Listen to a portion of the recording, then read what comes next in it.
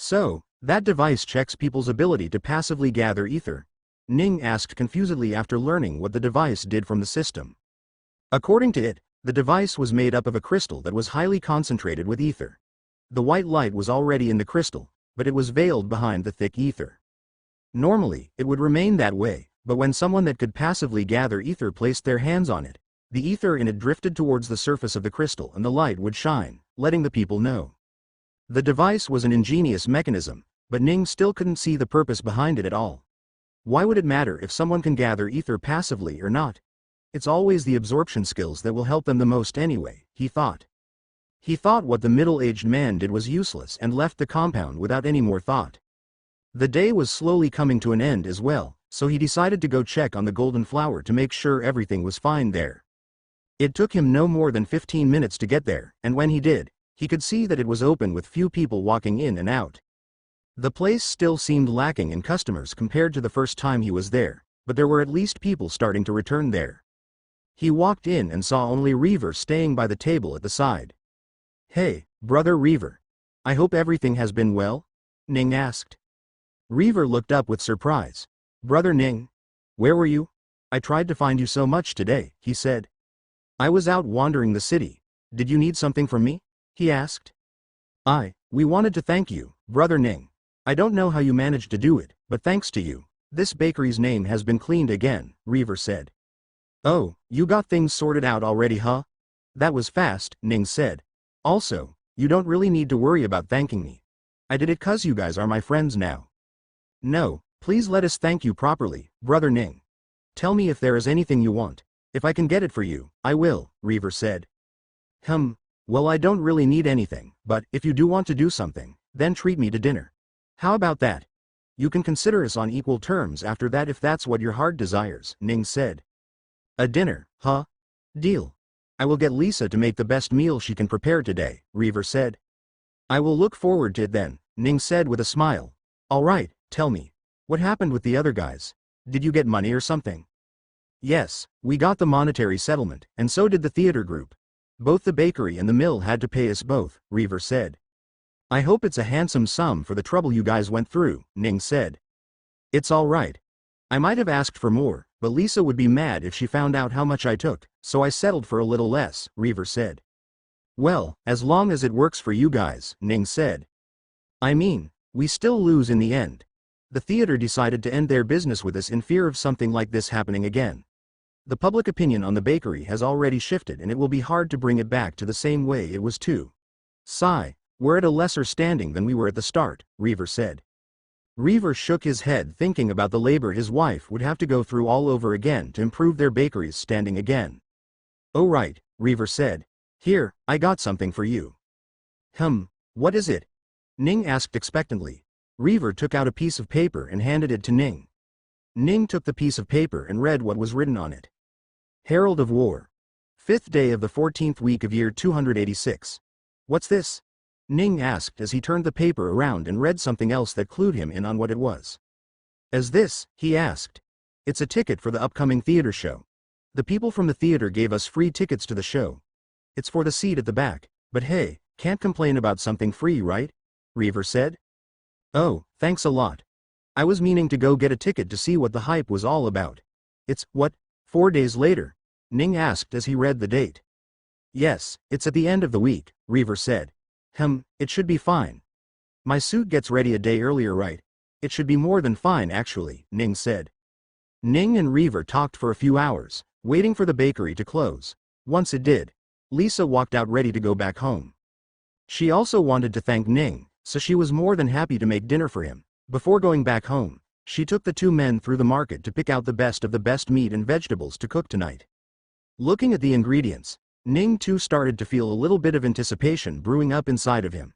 He was looking forward to this dinner as well. The couple walked back from the market to their home, which was a couple of blocks away from their bakery. Ning looked at the building and didn't see anything different from the other buildings besides them. They walked up the stairs and went into their apartment, and Reaver unlocked the door to their room. "Welcome to our humble abode, brother Ning," Reaver said as he welcomed Ning. "Thank you for having me," Ning said as he walked in, only to be very surprised by what he saw inside. He really hadn't expected a place like this to be owned by these two. Ning walked through the door and saw the inside. Somehow, he felt that the house Reaver and Lisa owned was very rundown. It didn't seem like a house that was owned by someone that had their own business or made a couple of goals every few weeks. What's going on? Are houses just that expensive? Ning wondered. His hotel room was much better than their home. Do you own the place or just rent it? Ning asked as he looked around the dimly lit room with just a single table at the center and a bed at the other side. Ning couldn't see any other furniture in the room at all. We rent it. We've been renting here for the past 3 years, Reaver said. Ning didn't know how to ask them why they didn't find another place. He didn't feel it right to tell other people that he didn't like their home at all. Maybe they liked it themselves. I'll go start cooking, Lisa said and walked away from the room to the other room, which Ning assumed was a kitchen. Reaver brought out cloth seats from under the bed and placed them around the small table. Come sit, brother Ning. It's not much, but it's what we have, Reaver said. Ning sat down cross-legged and nodded. The two started talking once more. Ning tried his best to keep his information to himself, but he still had to let some information out to keep himself from looking like a fraud. Oh right, I saw someone from the Ether Tower today. There were people gathered and one child even got chosen, Ning said as he remembered what had happened earlier today. Ether Tower folks. All right, today was the day, huh? That kid must be lucky, Reaver said with a sad sigh. He seemed to still not be over his rejection. You said you tried to go there at 18 years of age, right? Why were they here for such young children then? Ning asked. They try to nurture young geniuses from an early age. That way, by the time they're an adult, those kids will be a great asset to the Ether Tower, Reaver said. And you weren't chosen back then, so you tried once more? Ning asked. Oh, no, the folks from Ether Tower never visited my village when I was a child. So, I stupidly believed that I had what it took to enter the tower. However, when I got there, I finally realized what true talent was. You wouldn't believe me, brother Ning, but I saw an 18-year-old kid at the time that was already Ether Master and on his way to becoming an Ether Grandmaster. That shocked poor old Ether student like me, Reaver said. Ning nodded his head as he heard that. He then thought of something and asked, I saw the man from Ether Tower use that crystal ball to choose a kid to take. Can you explain why?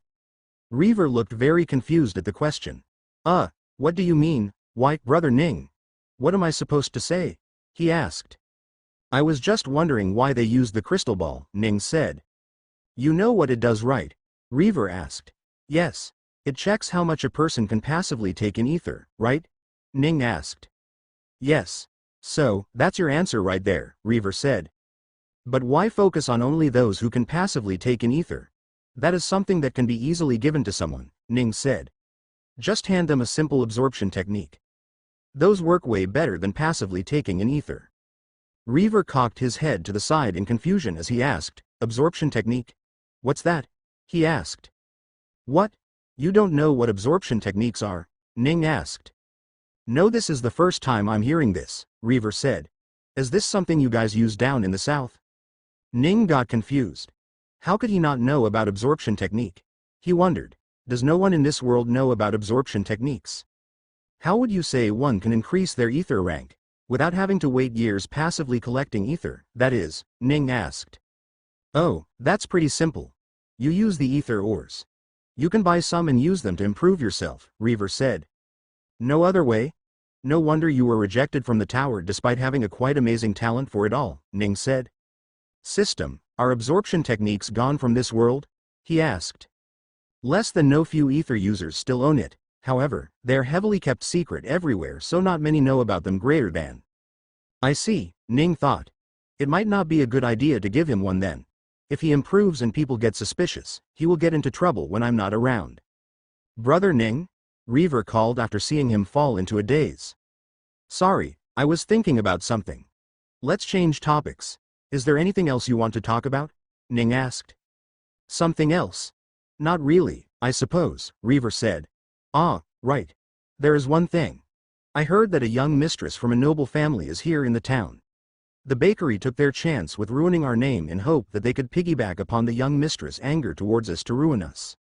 Fortunately, this so-called young mistress never spoke up at all, or we would have been screwed, Reaver said. A young mistress? Ning asked. Those words reminded him of the bratty girl that he had now seen twice in the hotel. I might have actually seen this girl. There's one in my hotel that always walks around with a butler of sorts. Maybe that's her? Ning said. Whoa, you've seen her, brother Ning? Is she noble looking? Reaver asked. I would say so, Ning said. And pretty too? Reaver asked. Ning was about to answer when Lisa stuck her head out from the doorway to the kitchen and said, Hey, why are you suddenly talking about girls when I'm away? You better not be having any other thoughts. Just sit tight, the dinner will be ready any minute now. Reaver helped Lisa bring out the most beautiful-looking spread of food Ning had seen in a long while. The servings of meat and vegetables looked scrumptious and highly appetizing, so Ning started eating as soon as it was served. Oh my god! This is so delicious. I haven't eaten something this tasty in a really long time, Ning said. Haha, thank you, Lisa said meekly with a bashful face.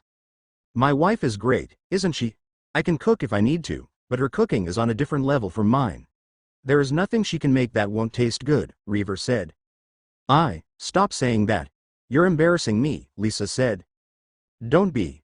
There is no shame in truth, Reaver said. Ning took another bite of the meat and said, The flavor in these is so rich.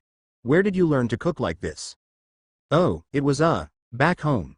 I was always interested in cooking, so I would sneak into the kitchen throughout the day and learn to cook, Lisa said. My mother didn't like that I did that. She even scolded me multiple times, but my passion for cooking made me keep sneaking back into that kitchen. Lisa's face had turned melancholic when she remembered about her home. What about your father? Did he approve of your cooking or did he scold you too? Ning asked. Sigh, his father never cared about me enough to approve or disapprove of anything I did. Sometimes I doubted that he even knew I existed, Lisa said. Reaver grabbed her hands. Forget about them, Lisa. You don't need a family that doesn't care about you or your passion. I'm here now, and you can always rely on me, he said. I know, dear, Lisa said. You two are really close, aren't you? Ning asked. He never got to see himself do the same with Ely. They were separated just too soon. He shook his head free of the unnecessary thoughts. Alright, speaking of which, when did you guys meet, and how? Ning asked. Oh, when I met her, she was working as a store clerk in Boss's store, Reaver said. Boss? The tailor. You guys met there? Ning asked. Yes, the boss found me when I was down on my luck right, struggling after I was rejected from the tower. He gave me a job, put food in my mouth, and gave me a place to stay, Reaver said. I met her when she worked there too, and slowly we fell in love. How long has it been again? About 7 years since we met, I think. Although, we got married 2 years ago only, Reaver said. I was in a similar situation too. I had just run away from home and desperately needed help to survive. Uncle helped me a lot, Lisa said. He sounds like a great guy, Ning said. He talked for a bit longer as he finished the meal. After talking for a little longer, he said his farewell and left the place. He thought about the things he had talked about and found it inspiring that the young couple was suffering hardships together. Although, Reaver should earn a lot. Why are they staying in such a rundown place? Should I even ask that question? Ning thought. He made his way back to the hotel using the evening street lamps to make way for himself. He went directly to his room and decided to practice for a bit. He made a few rocks once again and tried to move them around using ether only. After a few minutes, he stopped and went back to sleep. Waking up for nearly 24 hours every single day, it wasn't surprising at all that he could sleep for 12 hours during the night. When he woke up, another day with nothing to do started once again. The next 2 days went by doing the same thing. He wasted some time here and other time there. He ate when he was hungry, and finally, when he was bored, he went to the bakery to spend some time there with Reaver, who would also be bored. Sometimes, Reaver would take him to different establishments to have fun. One of those days, he even took him to a gambling parlor where Ning nearly lost everything he had on the cards he played. If it wasn't for being lucky one time, he would have lost it all for sure. Reaver didn't like gambling at all, so he only bet a very tiny amount. Thus, when he lost it, he didn't meet any strong emotions at all. At the end of the second day, Ning finally went back to the tailor to get his clothes. He made his way into the building and entered the store. There were many workers in the store, but Ning wanted to speak with the boss, so he looked around. He finally found the boss behind a black-suited person. When he walked closer, he could see something weird going on. Ning actually recognized the black-suited man. He was the butler of the girl that he assumed was from a noble family. For some reason, The butler was bowing towards the boss with the boss seemingly annoyed about it. The boss waved his hands around as he spoke inaudibly, and the butler who could hear it all quickly bowed again and walked away. As his eyes followed him, Ning could see that the butler had gone back to the girl who was choosing fabrics over to his left at the corner of the shop. Ning then made his way to the now free boss and said, "Hello sir, I'm here to get my clothes. I hope they are ready." You are?" The boss looked at Ning's clothes. "Alright, let me get your clothes." The boss went and got Ning's clothes. "Here you go," he said. "Try it on." "Okay," Ning said and went behind a curtain to get change. It didn't take him long to finish wearing the clothes, and when he did, he walked out of the curtains. The boss looked up and down at Ning and the clothes, and only uttered a single word: "Perfect." Ning dressed up in his new suit and walked out of his room. He felt weird wearing something so tight that he felt like his whole body was being constrained from the outside, but he had to go with what the society wore if he wanted to fit in. Although, he didn't like the idea of wearing a hat, so he wore nothing on his head. Once he was ready, he went down the elevator and exited the hotel. Today was the day for the theater play that he was looking forward to for 3 days now. The theater wasn't that far away, so Ning reached the place in under 5 minutes. He met Reaver and Lisa outside the theater and went in together. The inside of the theater looked magnificent. Multiple bulbs lit up the inside while a cool breeze circulated throughout the hall prior to even entering the theater room. "Let's go find out seats," Reaver said and walked in with Lisa. Ning followed behind and walked with them as well. Their seats turned out to be at the very end of the hall, from where they could barely see. "It's free, so you can't complain, can you?" Reaver said.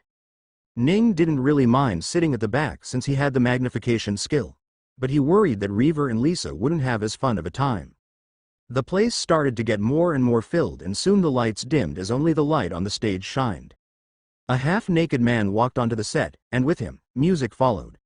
A low hum could be heard in the background as the man brought out a sword and started swinging it around. The narrator started speaking. Ever since his young age, Emperor Kron never had the talent for ether, so he spent all of his time focusing on swordsmanship and education. By the age of 20, he was a master at the sword. By 30, his understanding of politics surpassed even the best amongst the best. When he was 37, he defeated his brothers and became the Emperor of Xandria. A girl in a maid costume walked from behind the curtains. "Your Highness, the general is here to meet you," she said. "Send him in," the Emperor said as he continued flexing his muscles while training with the sword. The girls in the audience really seemed to like the handsome actor who played the Emperor and his bare-chested body. "Your Majesty, I have come with bad news," the general said. "You have come with news, General. Whether it is bad or good is something for me to decide," the Emperor said. "Your Highness, the beasts are getting more and more restless. They attack the border cities and villages more and more frequently. If we don't do something soon, we will have to hear the sad news of these places being decimated someday soon," the general said. That is bad news," the Emperor said. The Emperor thought for a second and called the minister. "Yes, Your Highness," a bald man with a book walked out from behind the curtains. "Send a letter to the tower. I request as many men as they can give me," the Emperor said while facing the audience. "Men, my lord? What reason shall I tell them?" the minister asked. "Tell them, we are going to war." The rest of the play was about the Emperor finding troops and fighting the beasts. There were some interesting costume designs that Ning found quite fun at the place. What Ning found the most interesting was in particular the effects used by the theater. There were floating fire and water to give different effects, and Ning could only imagine how talented the person carrying out these effects must have been. The war against the beasts ended and the narrator told them how the beasts never dared show themselves after the war. The Emperor then had a son, who would then come to be the current Emperor of Xandria, Emperor Cain. The final act of the play was the Emperor on his deathbed. It turned out that all this time, he had been hiding a wound he acquired during the war against the beast, but he never let it hinder his will to help the masses. There were sounds of sobbing from the audience as they witnessed the top-tier performance of the actor. Ning didn't feel any emotion in particular, but that was likely because he wasn't part of this empire. He turned around to look at the husband and wife couple to see if they were emoting at all. Lisa didn't seem to hold much emotion in her eyes, but Reaver was definitely feeling the emotions. There were tears in his eyes as he was fully invested in the story. The Emperor died on the stage and the curtain closed. The crowd stood up and gave a standing ovation at the fantastic play. Reaver was one of the most enthusiastic applauders amongst them. Lisa shook her head when she saw this and snickered a little. Then, she saw something a little further away and her eyes changed. They went from entertained to scared. "Can we leave?" she asked. Ning hadn't noticed the change, so he was a little confused as to why she would suddenly ask that. "Let's wait a couple of minutes. Let's thank the actors before we go," Reaver said, but Lisa wasn't having it. "I'm feeling a little lightheaded. Can we go back to the shop please?" she asked. "Oh, if you're not feeling well, then you should have told me earlier." "All right, let's go," Reaver said and started walking out. Ning didn't have anything else to do, so he too walked out. As he left, he saw Lisa look towards the stage once more and leave in a hurry. Ning turned around and looked towards where she did and saw someone there. "Oh, she was here too, huh?" he thought. "Brother Ning, you coming?" Reaver asked. "Ah, yes. Let's leave," Ning said and walked out of the theater with Reaver and Lisa. "Are you feeling okay now?" Reaver asked as he entered the bakery with Lisa. "Yes, I'm feeling better," Lisa said. "I'm thirsty now. Wait here, I will bring you guys some water too." Ning went and sat at a free table, and Reaver came to sit with him. "So, how did you like it, Brother Ning?" "It was good, right?" Reaver asked. "Yeah, it was pretty good," Ning said. "By the way, that story, it was the same one you told the villagers in the desert, right?" "Oh, yeah. It's the story of Emperor Kron. Everyone basically knows the story already," Reaver said. "Oh, and people still go watch the theater?" Ning asked. "Of course. Just because they know the story doesn't mean that they don't want to see it play out in front of them. Seeing how much the Emperor gave up for our sake, it's quite heartbreaking to see. He's not considered the best emperor yet for no reason," Reaver said. "Oh, I thought you watched the theater play already, so we were just supposed to know this, huh?" Ning said. "Well, I wouldn't have expected you to know that. It's only the Xandrians who are proud of our emperor, so," Reaver said. "So, Emperor Kron died of the injury, and his son, Kane, took over. Is that it?" Ning asked, trying to make sense of the royal lineage. "Yes," Reaver said. "If not for his injury, Emperor Kron would have ruled for quite a long time. I suppose his son, Emperor Kane, is going to rule for a long time now." "So that's what you tell those poor villagers. They must take it as fact," Ning said. "It is fact though. No, I mean, I don't see why the Emperor would give up on his position at all," Reaver said. "What if he just wants to relax for once?" Ning asked. "He's the Emperor. He must be the most relaxed person of us all," Reaver said. "Haha. You'd be surprised how much stress the people at high places go through on a daily basis," Ning said. "What are you boys talking about?" Lisa walked out with the water. "Oh, honey. What do you think? Is the Emperor's job hard or easy?" "I say that he is very relaxed, but Brother Ning thinks that is not the case," Reaver asked. "Why would the Emperor's job be relaxing? He has to look after the entire empire," Lisa said. But he has people he can order to do it for him," Reaver said. "Yes, but he still needs to make the decisions. If he approves of something, and it turns out to be bad, he is the one everyone would blame. So, he would have to think about every decision properly," Lisa said. Damn, is it actually not as easy as I thought it was?" Reaver asked. "I mean, it's definitely easier than ours, but perhaps not as easy as you might have expected it to be," Lisa said. "Damn," Reaver said. "So, he might not want to stay an emperor forever then." Stay emperor forever?" Lisa asked. "Alright. Brother Ning doesn't think that Emperor Kane will stay as an emperor for as long as he could," Reaver said. "No he won't," Lisa said. "It's already been 20-some years since his coronation. He should be giving up sometime soon." "Wow, am I just that wrong in understanding the Emperor? I feel like I've been lying to those poor folks at the desert," Reaver said. "Haha, you don't have to worry, dear. No one really knows anything. Everything will depend on the Emperor in the end," Lisa said. "Alright, I'll go help them make bread. Keep talking you two."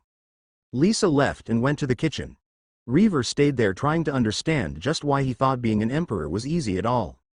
Ning chuckled quite a few times seeing Reaver go through revelations that had no business being one. An hour or two passed by and the flow of customers increased by a lot. It was the break time for everyone, everywhere, and so everyone was coming to eat at the bakery. Reaver and Ning also got themselves some food and ate as they watched the staff maintain store business in this rush hour. Towards the end, just as the number of customers was getting really low, The door opened and two figures walked in. Ning looked up and didn't divert his attention when he saw them. "Oh, it's them," he said. Reaver looked up and Ning and followed his gaze towards the door to see a young, beautiful lady, followed by a middle-aged man in a suit and tie. "Who are they, Brother Ning?" he asked. "That's the noble lady I told you about. She might be the one you heard about," Ning said. "Ah, her, Reaver said and looked at her. The girl waved her paper fan around as she looked at the store. It's not bad for a place at the edge of nowhere," she said. She then walked up to the counter and spoke to the girl. "This is the store that delivers food to the theater, right?" Yes miss," the girl said. And this is the same place that got them sick?" she then asked. "We did not get the theater sick. It was." The noble lady brought up her hands to stop the girl from talking any further. "Yeah, I heard. It was a ploy by another bakery. Something must be good about this place to go that far, huh?" she asked. "All right, bring me your best meal then." The lady then went and sat at a free seat with her butler right by her. It only took a moment before Lisa walked out of the kitchen with food for her. She walked up directly to the noble lady and said, "Here's your butter-coated bread," and Lisa stopped speaking. Her eyes looked like they had seen ghosts. The noble lady noticed that Lisa had stopped speaking and looked up when she too had a curious look on her face. She cocked her head a little and asked, "Do I know you?" "I don't think so," Lisa said and quickly put down the meal before turning around to walk away. "Stop," the noble lady ordered. "Turn around. I wish to see you once more." "What's the matter, young lady? Do you know my wife?" Reaver asked as he walked forward. The noble lady looked at Reaver for just a split second before saying, "This has nothing to do with you. Step aside, I just want to speak to the girl." "Honey, what's going on? Just turn around for her to see," Reaver said. "I can't do that," Lisa said, refusing to turn around to show her face. Ning looked at them from the side with a confused look.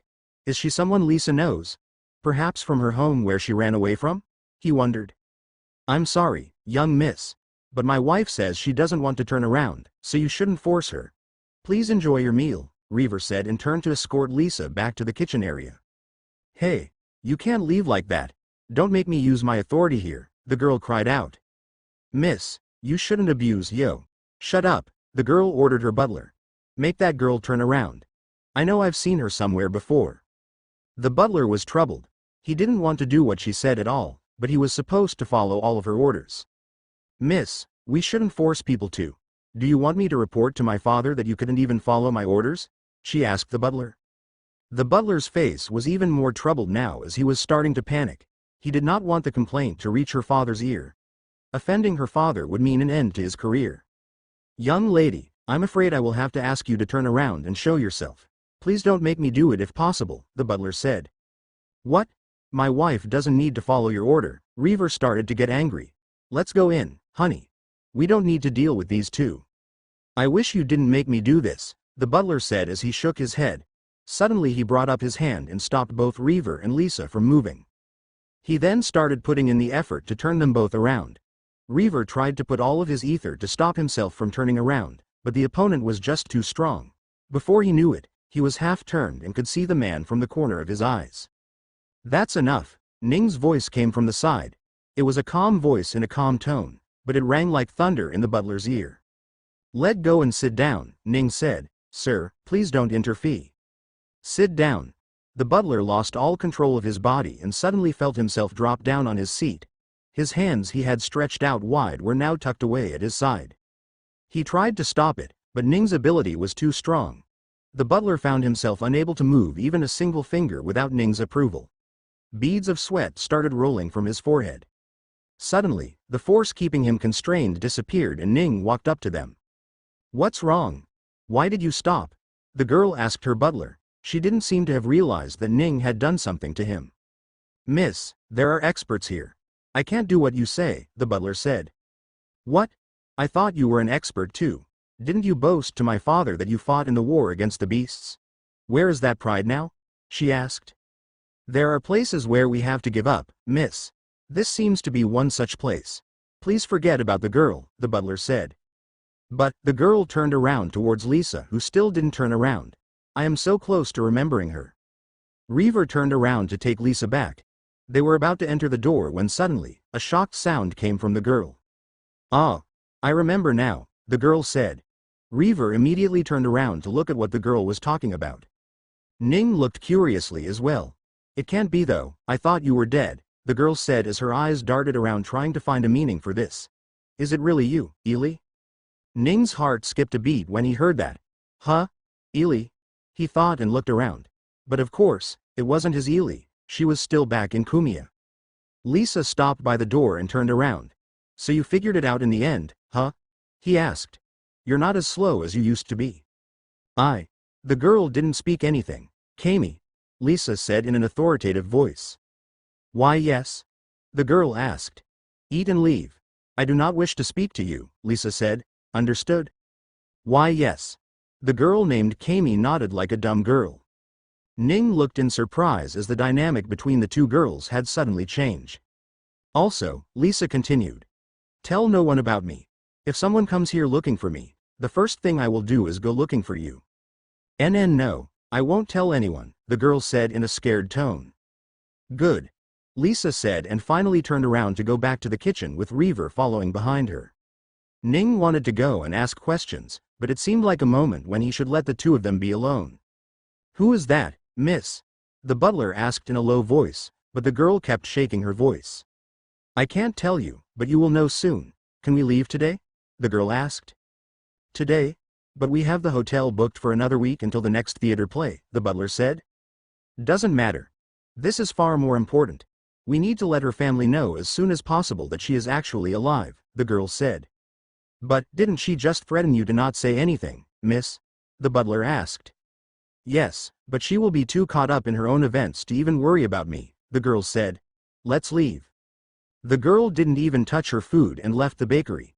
Ning sighed after hearing everything the girl said. "Should I do something?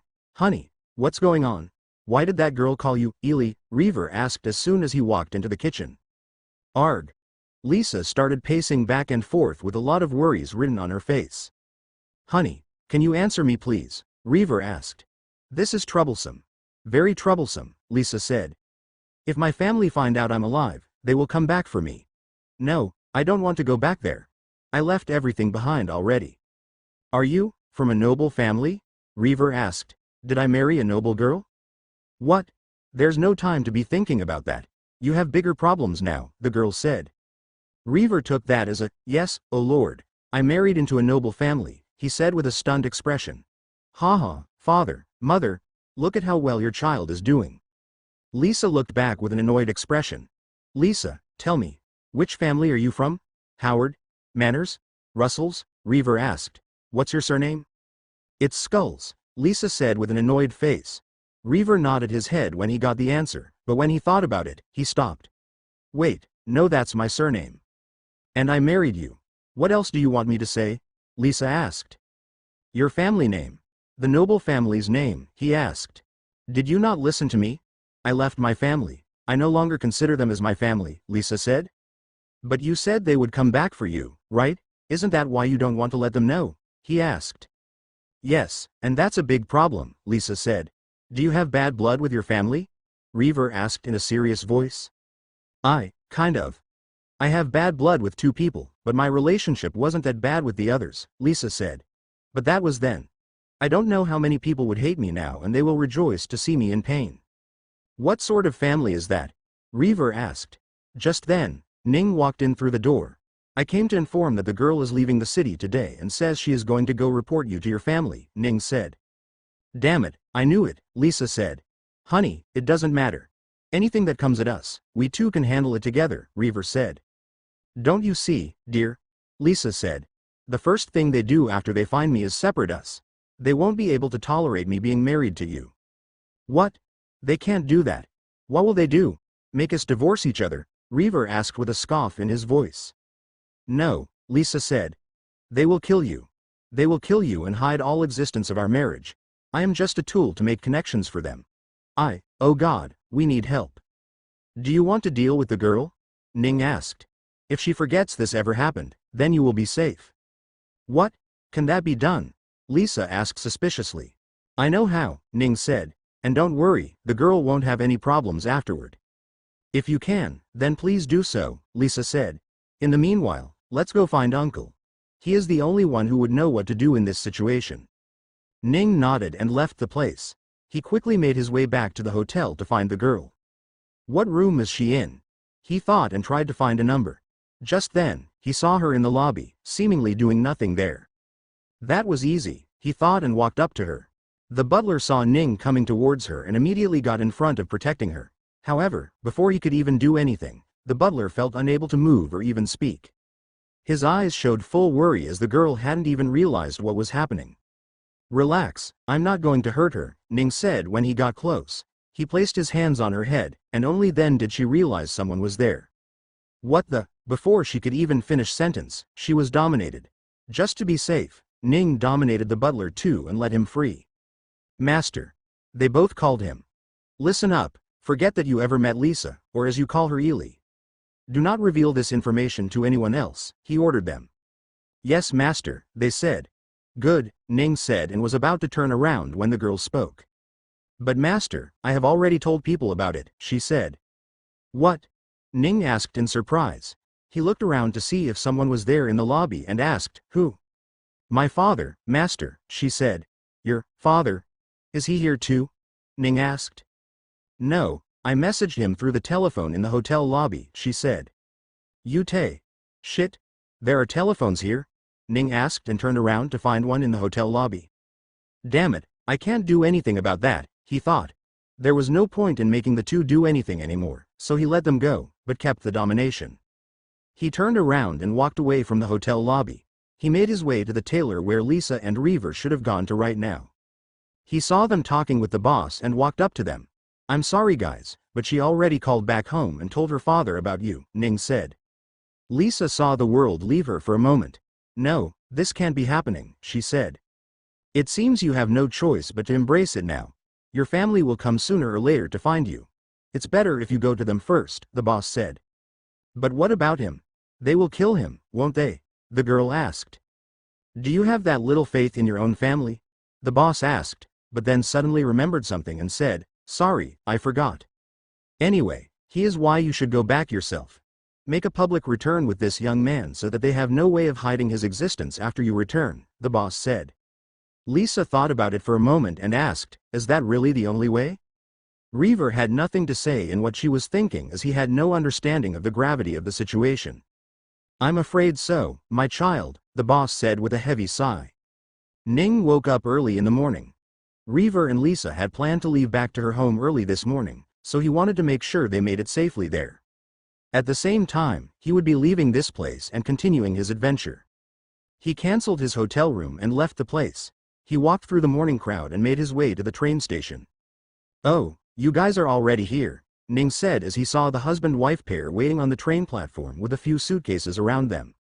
Reaver was wearing the same dress as he did when Ning first met him in the desert, and Lisa wore a flower-patterned pink gown with a blue flowery hat on her head. Oh, brother Ning, you're here. Thank you so much for doing this.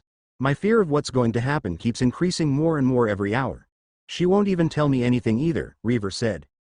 Don't worry, I will help you get there safely, Ning said. Thank you so much, Ning, Lisa said. I will help you as much as I can, assuming I still hold any authority back at home. It's fine. I'm just doing this because you are my friends. Besides, I was getting bored with this place anyway and it was time for me to leave soon, he said. Thank you, Lisa said once more. The train came to the station, puffing a plume of white smoke above it. Steam was released from multiple instances around the train and made the place look more crowded than it actually was. The three boarded the train and went to find themselves a seat. The couple sat on two empty seats on one side, and Ning sat on the opposite side. It was slowly starting to get hot on the train, so Reaver took off his hat and so did Lisa. She removed her hairpin, and her beautiful black hair fell down onto her shoulders. Reaver looked at her and immediately his eyes went wide. Honey, he called out and whispered something into her ears. Ning got curious and used his enhanced hearing to listen to what he had to say. Did you forget to dye your hair last night? He asked. Lisa's eyes went wide when she heard that and immediately tried to put on her hat. But then, she stopped and her expression returned to normal. It's fine. I don't need to dye it anymore, she said. Huh? Reaver looked at her with a confused expression. What's going on? Ning asked. It's nothing, brother Ning, Reaver said. Does it have something to do with her blonde hair? Ning asked.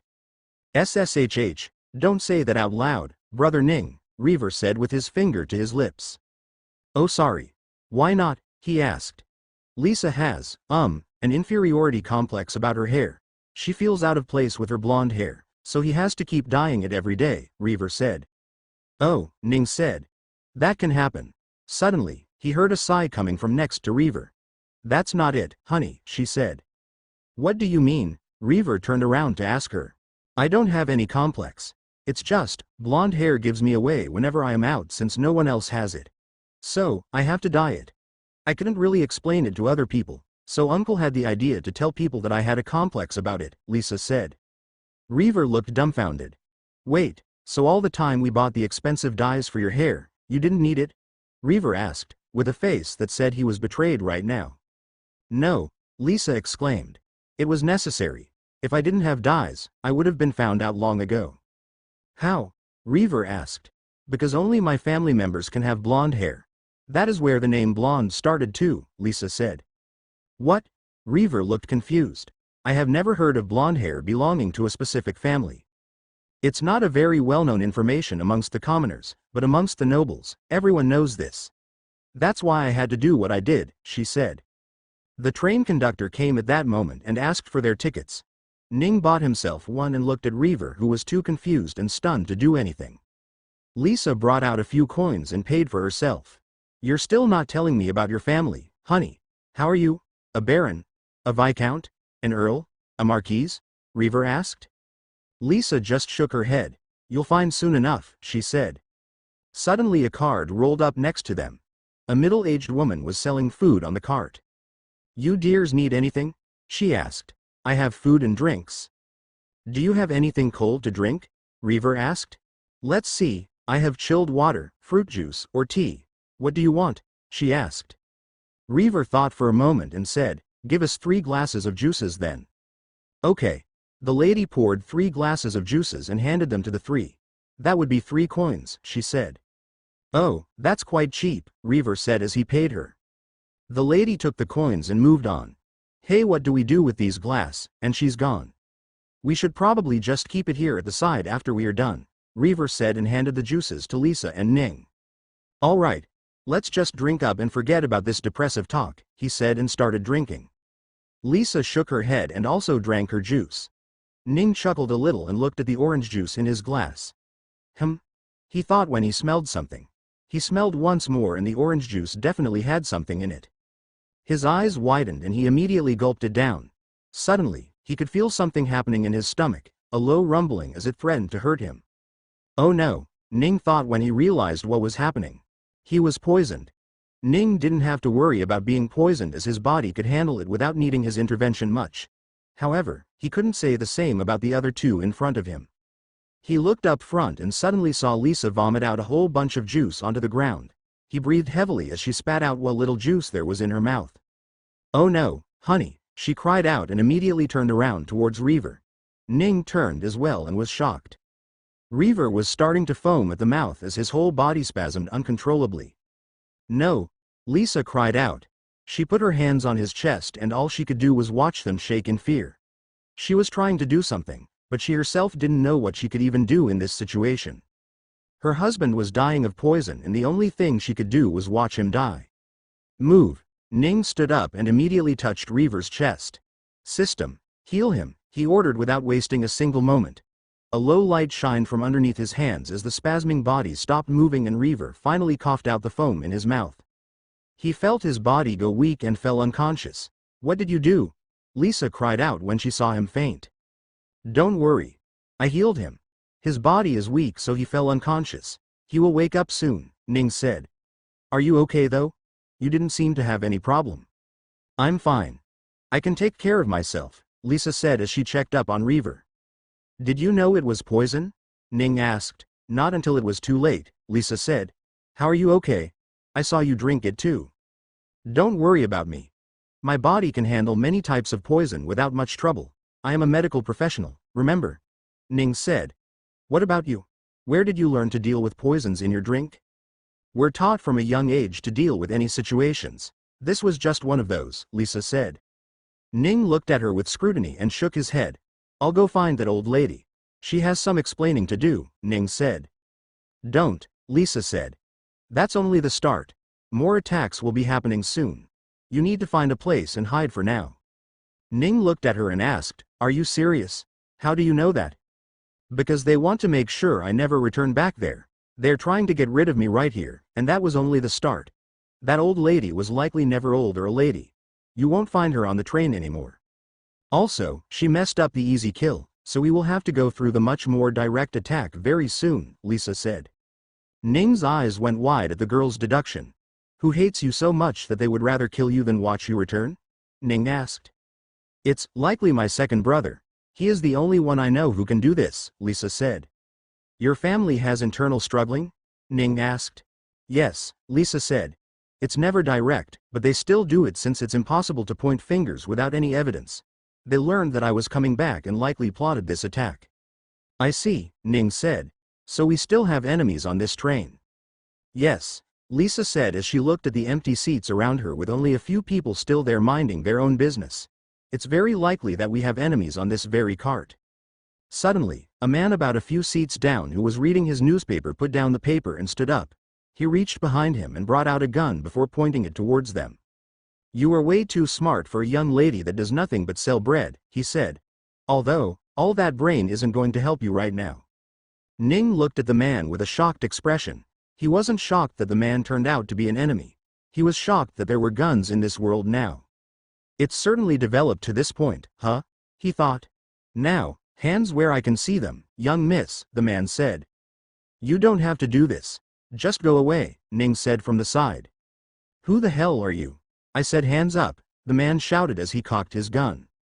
Ning, however, didn't put his hands up at all. Don't shoot, or you will. Bang, the man shot Ning directly in the forehead. The bullet entered Ning's head and came out on the other side. Ah! Lisa cried out. No shouting or moving, Missy, the man said as he cocked his gun once more. What happened to him is going to happen to you as well, he said. Do you even know who I am? Are you aware of what you are doing? Lisa asked. Nope. Who are you, Missy? You are certainly important for someone to pay 50 goals just to kill you, the man said. Suddenly the man caught Lisa moving her hands and immediately shot her on her leg. You can't try that against me, Missy. I've killed far too many people to be distracted from simple words, the man said and cocked his gun again. Now you die. Any last words? The man asked. Yes, just one. Ning's voice came from the side as the man lost all control of his body.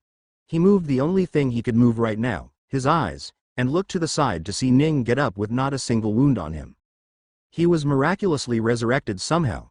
The man's eyes went wide in fear at not being able to understand what had just happened.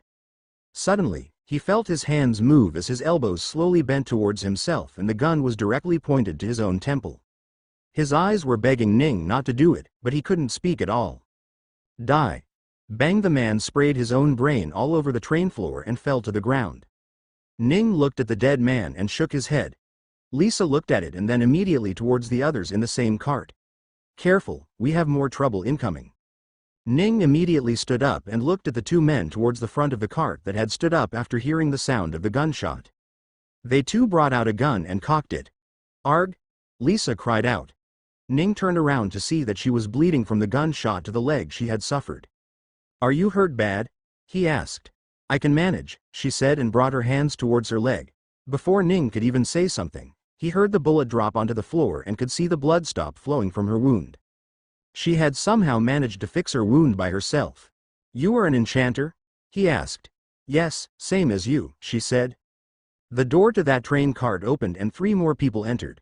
2 of them were men and one of them was a woman that had features resembling that of the old lady that served them the juices. All of them brought out their guns to target them. Shit.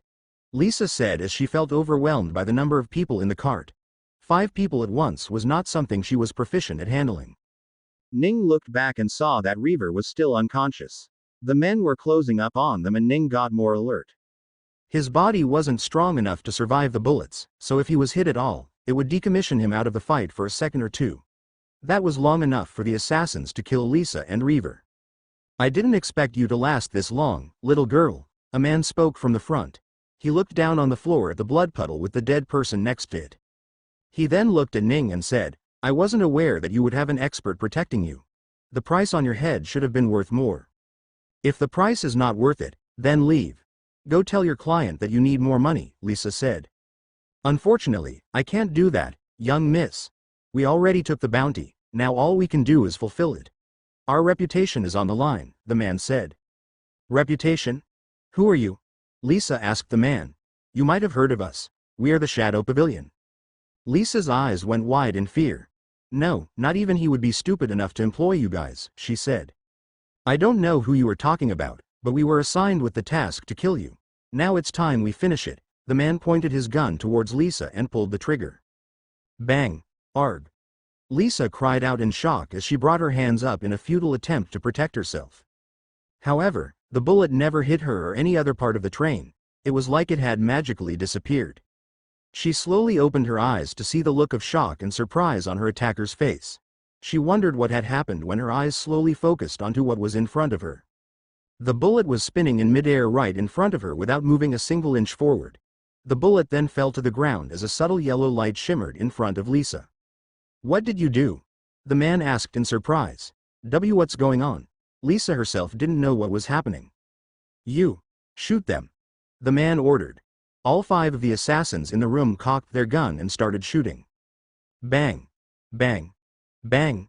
Multiple gunshots could be heard all around them as the shooting persisted for a few moments.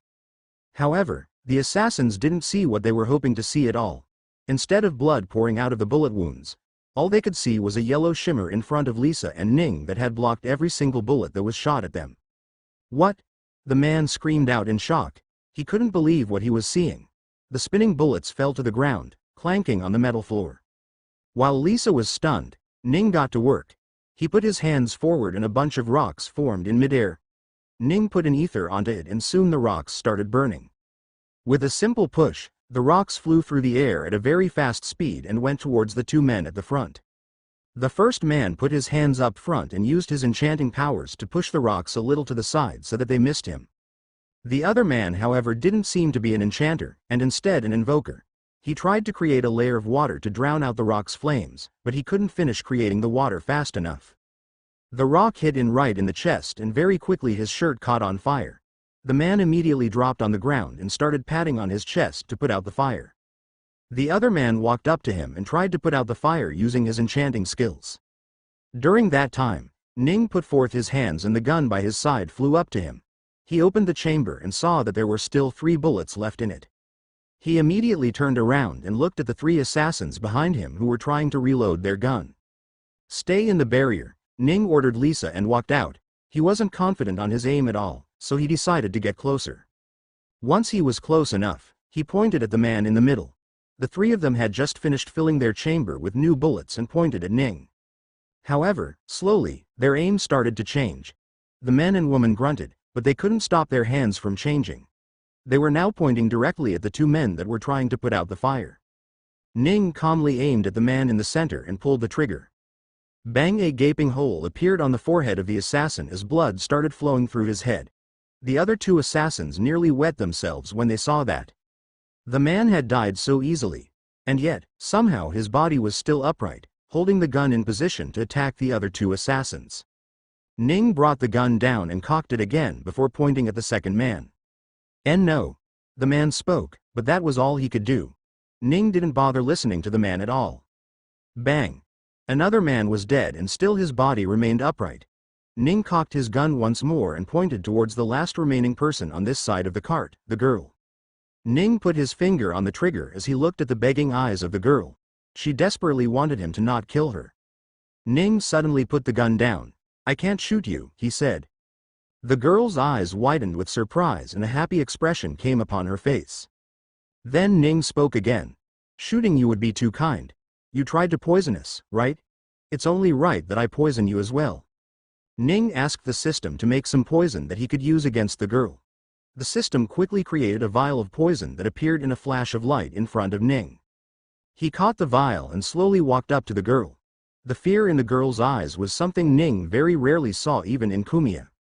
If you do something to others, you need to at least be ready to have the same thing done to you as well, Ning said as he slowly opened her mouth and poured in the poison. He waited for just 2 seconds before the most vicious of screams left the girl's mouth. Lisa, who was not far away, felt her heart skip a beat when she heard her cries. She looked at Ning with fearful eyes at just what he was capable of. The two men were done putting out the fire and they also saw the girl scream. They couldn't tell what was wrong with her at first, but slowly, they saw her stomach melt away as blood started pouring out of her. Bang! Ning put a bullet in the woman and shut her up for good. Even he hadn't expected the poison to do this good of a job. Even after she died, the poison kept eating away her inside as she practically melted from the inside out. Even then, she was standing still with her gun pointed at the other two. Without a single wasted moment, Ning made her and the other two dead corpses shoot. Multiple gunshots rang once more, but this time it was the two men who were being shot at. Immediately they ducked to the side of the train behind one of the seats. Even then, one of them got hit on the legs. He dragged himself to hide behind the seat. The two men would put out their heads and shoot towards Ning, but Ning was already next to Lisa by now and was protected by the barrier he had put up earlier. Ning walked away from the barrier and towards the two men once they were out of bullets. He walked up to behind the seats to see the two men furiously putting in the bullets onto the empty chamber with trembling hands. When they saw Ning show up, they felt fear like never before. The man with the bullet in his leg finishing reloading and quickly pointed at Ning. Ning casually grabbed the gun and tried to pull away, but the man pulled the trigger before Ning could grab the gun away. 3 of Ning's fingers were blown away. Tisk! Ning cried out. He couldn't feel the pain, but he still didn't expect himself to be so slow that he lost to a normal human. The other man finished reloading as well and pointed at Ning. Ning didn't bother with grabbing the gun anymore and directly pulled out a spear from his storage.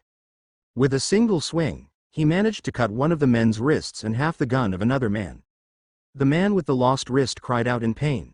Meanwhile, the other man was in shock to see his gun cut in half. Ning looked at them with a disgusted face and swung once more. With that single swing, he killed both of the men at once. Ning wiped away the blood from his spear blade using the men's clothes and stored it back. Finally, he returned back to Lisa and turned off the barrier. "Who are you?" Lisa asked with a stunned expression. "What do you mean?" Ning asked. You have killed people before?" she asked. "Yes, I have," Ning said. "But you said you were a doctor. What sort of doctor kills people?" she asked. "I'm whatever I need to be," Ning said. "Come on, let's leave this cart. It's not a good idea to sit around in such a bloody place." Lisa mindlessly nodded as she kept staring at Ning and then at the other men. "Don't worry, they won't harm you now," Ning said. "They will." "This was only the beginning," Lisa said. Ning was a little surprised. "Are you sure?" he asked. "You don't know Shadow Pavilion. They will keep sending people to kill you until the job is done. Since we killed their low-leveled assassins, they will start sending higher ones to kill me," she said. "Are they a well-known assassin group?" Ning asked. "They are well known in the underground circles. They are very hated by everyone with high status, but somehow my brother seems to have gotten in contact with them and sent them to kill me," she said. "Your brother must hate you a lot then," Ning said carelessly. He picked up Reaver onto his shoulder and said, "Let's go. We don't want to be seen with so many corpses around us." Reaver slowly got back to consciousness as the sound of the train rattling came from around him. He was weaving back and forth on the seat along with the train. He slowly opened his eyes to see the sideways figure of Ning sitting on the seat in front of him. "What's going on?" he asked. He found himself lying on his wife's lap with a splitting headache burning through his mind. "Hey, you're finally awake," Ning said as he saw Reaver open his eyes. "You were trying to drink the juice the old lady got us, walked right into her trap, same as us. Damn those assassins. We were doing fine until they came along." He suddenly got up from his wife's lap and screamed, "Assassins?" The people sitting in the cart suddenly turned to look at him with a weird look. Reaver cowered down a little and hid back into his seat. "Assassins?" he whispered quietly. "Yes, but it's fine. We've taken care of them already. We were poisoned by them, but fortunately for you, you had a doctor riding with you," Ning said. "Let's not talk about that anymore, please. That is not an experience I want to keep remembering," Lisa said with a shaken face. "Sorry," Ning said. "Anyway, you've been asleep for 2 hours or so. We should be reaching our destination in another hour." "Oh, okay," Reaver said dumbly. He was still confused a little and took the moment to gather his thoughts. So, I was poisoned? He asked. Yes, Ning said. But why? A terrorist? He asked. Wait, no, you said assassins, so were these deliberate attacks? Ning didn't answer immediately and looked towards Lisa. He was waiting to see if she wanted to tell the truth or hide it. They were after me, and by proxy, you as well. Someone in my family doesn't want me to return, she said, and it's likely my second brother. What? Reaver asked. Your second brother hates you. Lisa fell into thought for a bit and said, hate is perhaps not the right word. It's more like my existence is a threat to him, so he wants to get rid of me. Still, your brother tried to have you killed. What a shitty brother. What threat could a sister have to him? Reaver cried out loud. He didn't have any before, but since he thinks I do, I will make sure there is some now, Lisa said with a determined face. How much money do you have? She asked Reaver. We will need to buy some dye at the capital when we land. I have the dyes right here with me, Reaver said as he brought out a paper bag. No, Lisa said. Not black. I will need to dye my hair yellow. Yellow? Reaver asked. You really don't have a complex about your hair then? I'm sorry. It was just a lie I had to say to not make you question my motives at the time, she said. You don't have to wait until the capital. I can't help you get your natural hair right now, Ning said. Really? You can do that? Lisa asked with surprise. How will you do that, Brother Ning? Reaver asked with a confused face. Easily, Ning said and stood up to place his hands on Lisa's hair. Any length choices? No, I like it just the length it is, she said. Her hair went a little past her shoulders and that was the way she wanted it. All right, here I go, Ning said and asked the system to return Lisa's natural hair. In a flash of light, the dark colors went away from her hair and a bright blonde color remained that made her stand out a lot. Done, Ning said and sat back on his seat. Reaver's eyes went wide when he saw his golden-haired wife. You look beautiful, honey. I can't believe what I was missing out on, he said. She quickly grabbed her hair and brought it in front of her. From root to tip, every single strand of her hair had grown blonde. A few tears left her eyes. Thank you. It's been years since I've seen my hair in this color. I won't have to live in fear of being found out anymore, she said. Reaver suddenly turned to look at Ning and asked, Brother Ning, you can enchant as well? Ning chuckled a little and said, Yes, I can. What do you mean as well? Lisa asked. Didn't you know, Brother Ning is an invoker. But he can somehow enchant too, Reaver said. No way, wouldn't that make him? Lisa gasped in surprise. Yeah, I'm what's known as a dual awakener. I can both invoke and enchant, Ning said. That's right. You created those rocks too. I forgot, Lisa said. What rocks? Reaver asked. Never mind, Lisa quieted down, not wanting to let her husband learn about the massacre. Let's just sit tight. We will reach the station soon, Ning said. The rest of the way went normally. Ning left the seat once to go to the toilet and returned quite soon. They watched the grassland with massive farms pass by from their windows. Ning could feel the air get significantly colder as the time went on, and by the time the next hour had passed, it was the temperature had come to the point which in most places would be considered normal. We must be getting further from the equator, he thought. The train kept moving as it whistled and puffed steam through the countryside. In just a few more minutes, the grasslands ended, and more modern houses could be seen on the horizon. The capital was getting closer. Far in the distance, Lisa saw the silhouette of a city through the window. We're here, Lisa said with a face of anticipation. It had been almost 15 years since she left, and she was finally back once again. I'm home. The three of them got off the train and brought out their stuff to the platform. What do we do about the cart? Lisa softly asked Ning. Don't worry, I've already dealt with that, Ning said. Anyway, now that you are here, do you still need me to go along with you? Will you be in danger at your own home? Please stay with us, if you can. The danger isn't gone yet. My brother won't stop targeting me just because I'm home. It didn't stop him before, Lisa said. But the worst problem is the Shadow Pavilion. They won't let go of this humiliation so easily. Ning nodded. All right, let's go then. Lisa had her hair tied up in a bun and was wearing a hat on top of it. Unless someone really looked for it, they would likely not see her hair. Ning took all the suitcases into his storage and they all walked out. Whoa. Reaver exclaimed when he saw the city. It's so crowded, and the buildings are so tall. Also, why are they all so colorful? Do the people in the capital have that much money? Have you never been to the Xandria city before? Lisa asked. I thought you came here to take your ether tower test. No, I took those in Sterling City. I would have come here for the second test if I passed that. Unfortunately, I didn't, Reaver said. Ning looked and found the capital to be much better than the City of Beginnings. The place had many people, but the roads were also much bigger, so it didn't look as crowded. Colors flashed everywhere, be it buildings or people. Even the carriages were very colorful. Where do we go now? Reaver asked. The Noble Square, Lisa said. The Noble Square? Reaver asked. What's that place? As the name suggests, it's a place where only nobles are allowed to live in. Unless you have a noble title, you cannot purchase land in that area, Lisa said. Ah, right. I've heard of those. So your house is there too? Reaver asked. It's close enough, she said. Reaver walked out and stopped a carriage. It was a human-run carriage with the driver outside the carriage, controlling it with his ether. Where to? The driver asked. The Noble Square, please, Reaver said.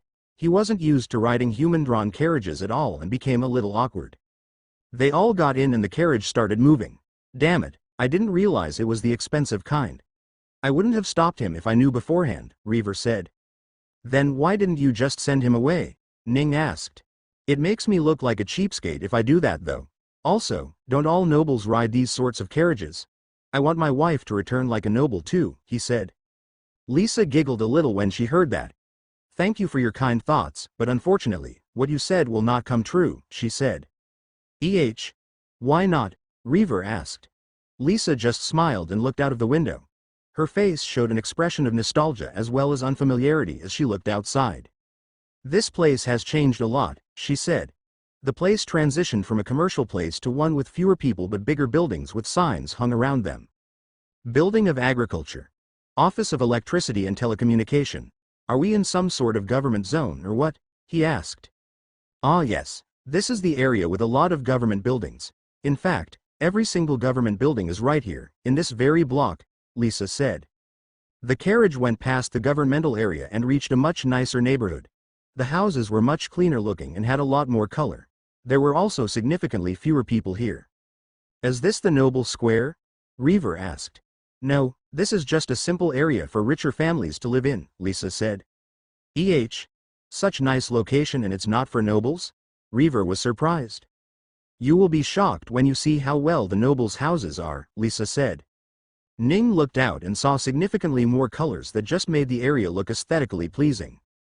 It didn't look as depressing as the City of Beginnings did. I don't see many kids around here, Ning said. What's the day today?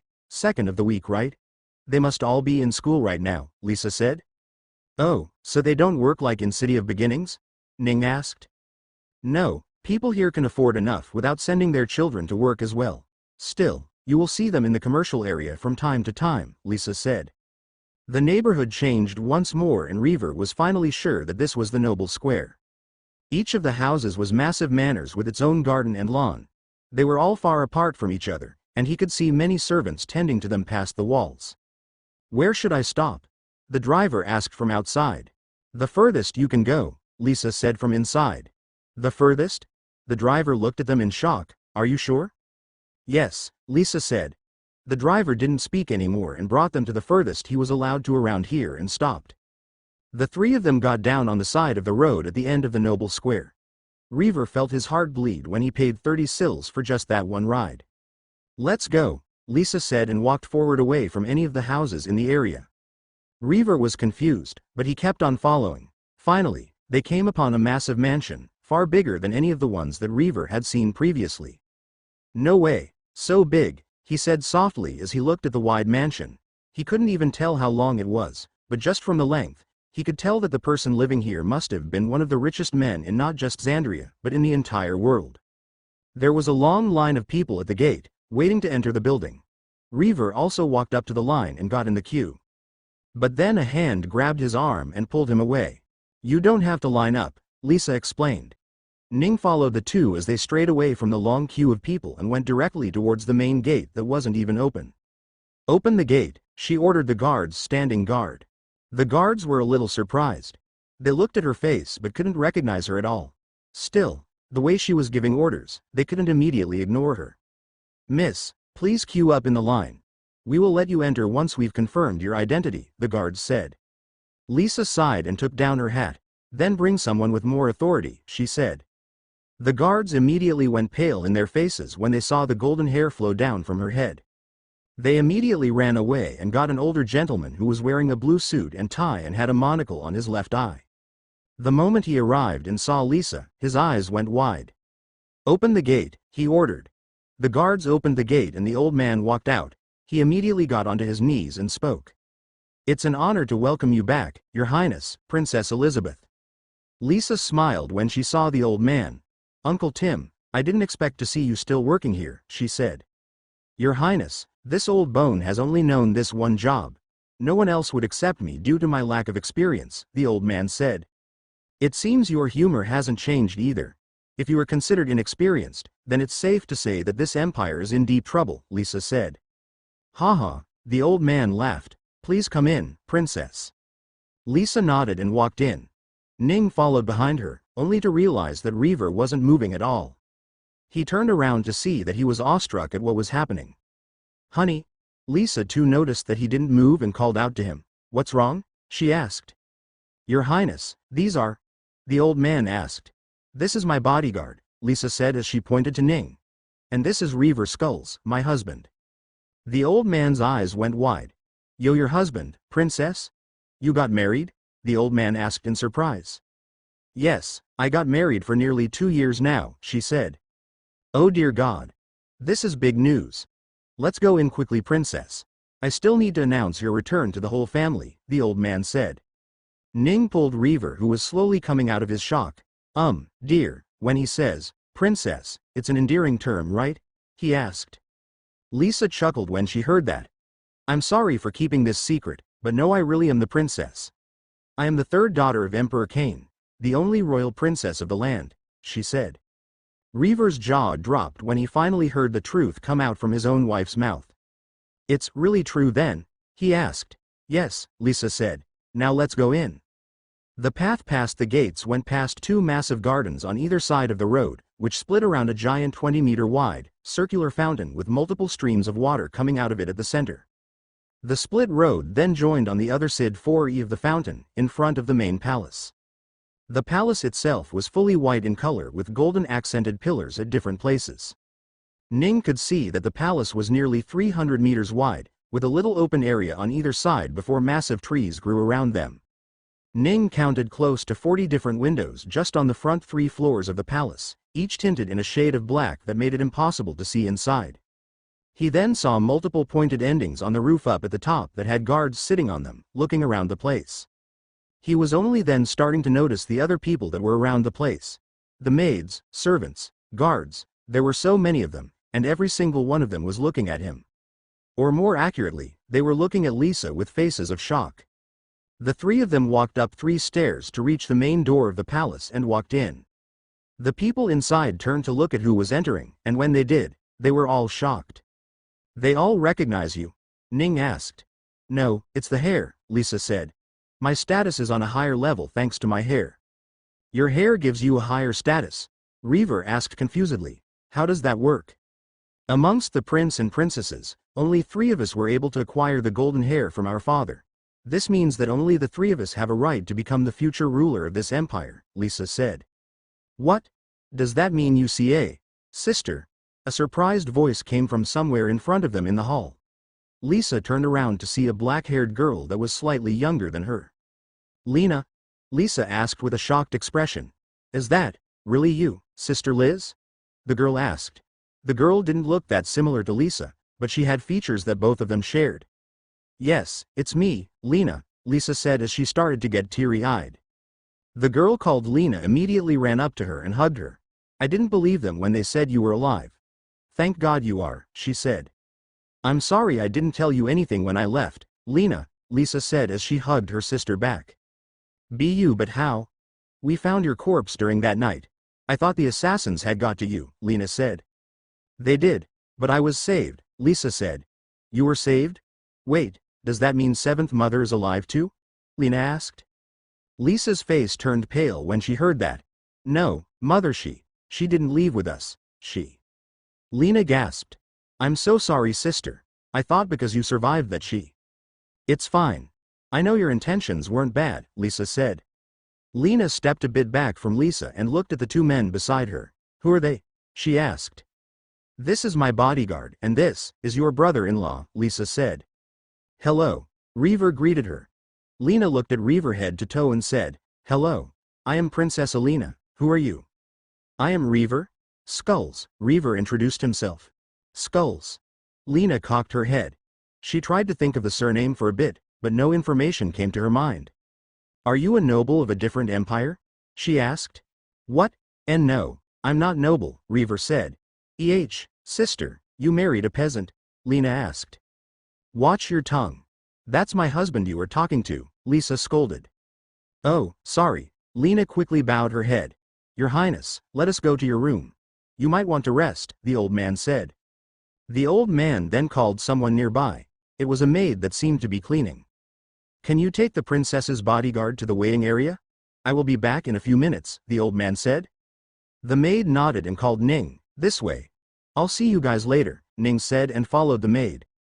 Lisa and Reaver split away from him and were taken to their room, while Ning had to be on his own for a while now.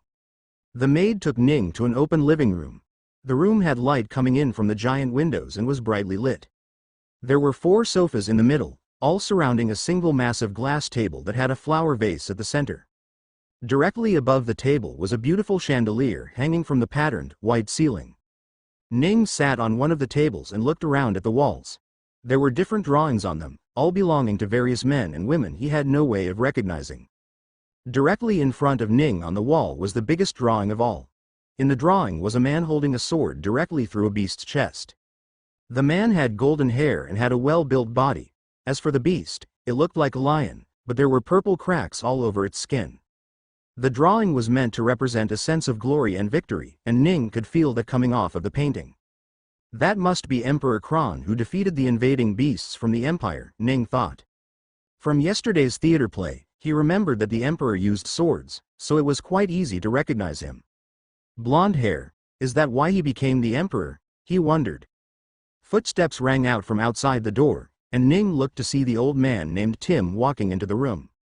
Sorry to keep you waiting for so long, the old man said as he entered. It's fine. Are the two doing okay? Are they settled? Ning asked. The princess should be fine settling down, it's her home after all. However, the prince consort might need a little more time, the old man said. Oh, that's good, Ning said. May I know your name? The old man asked.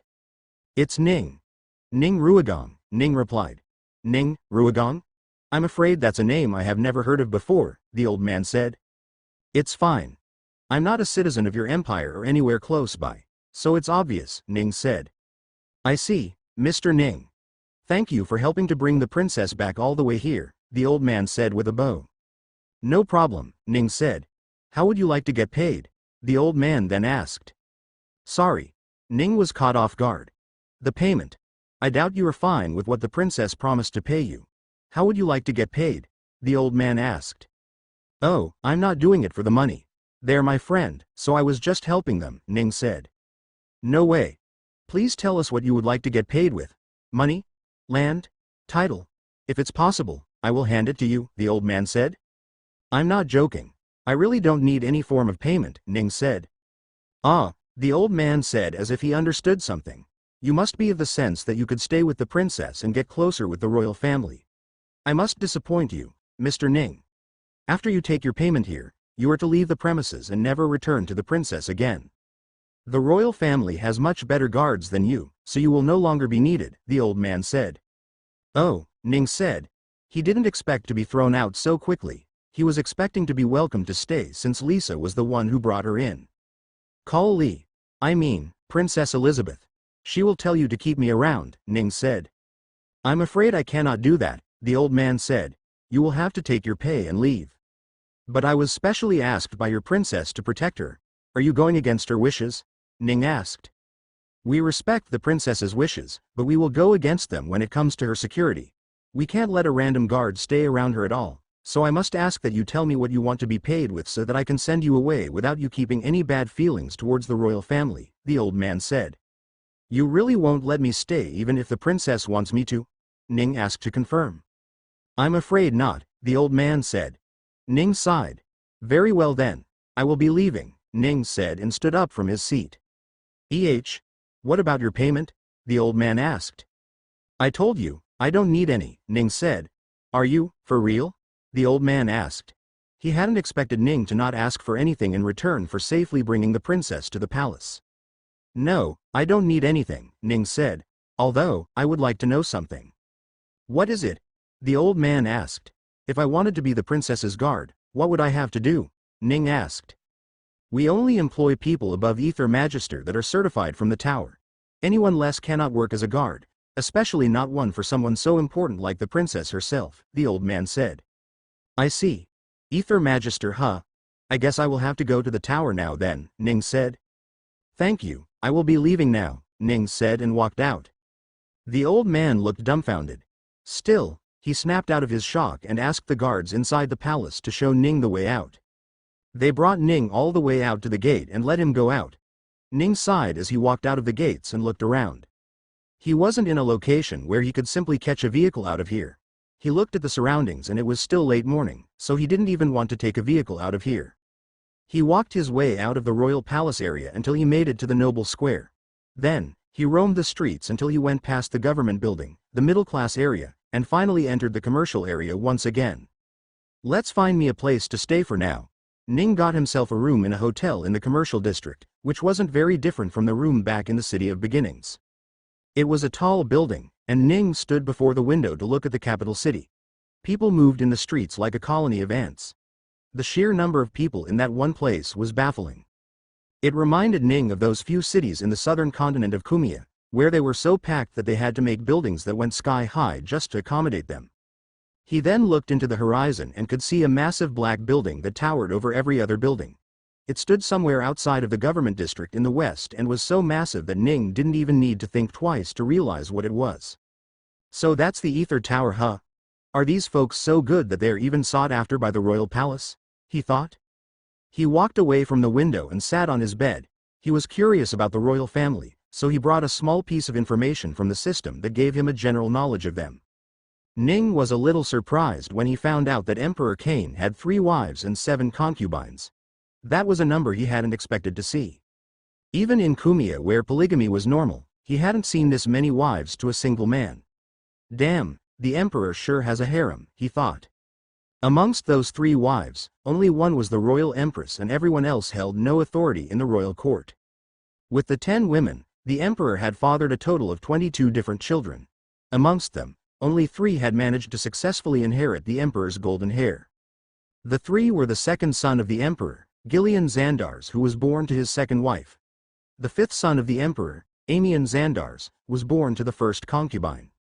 And finally, the second daughter of the emperor, Elizabeth Xandars, was born to the 4th concubine. The next ruler of the empire would be chosen from amongst these 3, and the choice would entirely belong to the emperor himself. I see, Ning thought. If you have no say in becoming an emperor, and you really want to become one, then the only way to guarantee your victory is by getting rid of your competition. No wonder her second brother tried to kill her and stop her from returning. She adds another threat to his ascension to becoming an emperor, Ning thought to himself. It seems she won't really be safe until the emperor chooses a successor, which is also entirely up to him. System, can you let me know if either Reaver or Lisa ever have any threat on their life? Ning asked. Constantly monitoring 2 humans will cost a lot of energy. Are you sure? It will really cost a lot?